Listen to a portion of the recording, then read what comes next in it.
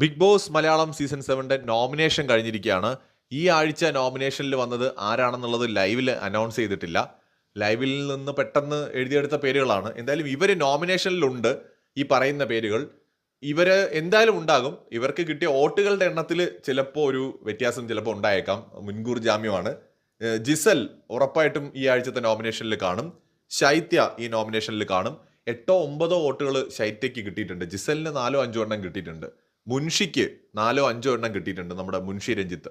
അതുപോലെ നെവിന് 4 എണ്ണമോ 5 എണ്ണമോ ആണ്, 4 തോന്നുന്നു കിട്ടിയിട്ടുണ്ട്. ആര്യന് 3 എണ്ണം കിട്ടിയിട്ടുണ്ട്. രേണുവിന് കിട്ടിയിട്ടുണ്ട് 3 വോട്ട്. ശാരികയ്ക്ക് 2 വോട്ട് കിട്ടിയിട്ടുണ്ട്. ഓരോ വോട്ട് കിട്ടിയവരെ എടുക്കുമെങ്കിൽ എണ്ണം കൂടാം. എന്തായാലും 2 വോട്ടെങ്കിലും മിനിമം കിട്ടിയവരാണെങ്കിൽ ഇത്രയും പേര് എന്തായാലും ഉറപ്പാണ്. ജിസൽ, ശൈത്യ, മുൻഷി, നെവിൻ, ആര്യൻ, രേണു, ശാരിക, ഈ 7 പേര് എന്തായാലും നോമിനേഷനിൽ ഉറപ്പാണ്. ഇവർക്ക് 2-ൽ കൂടുതൽ വോട്ടുകൾ എന്തായാലും ഉണ്ട്.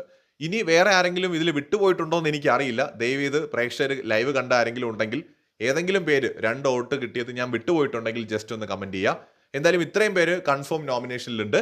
കൂടുതൽ ലൈവ് അപ്ഡേറ്റുകളുമായി വീണ്ടും വരാം.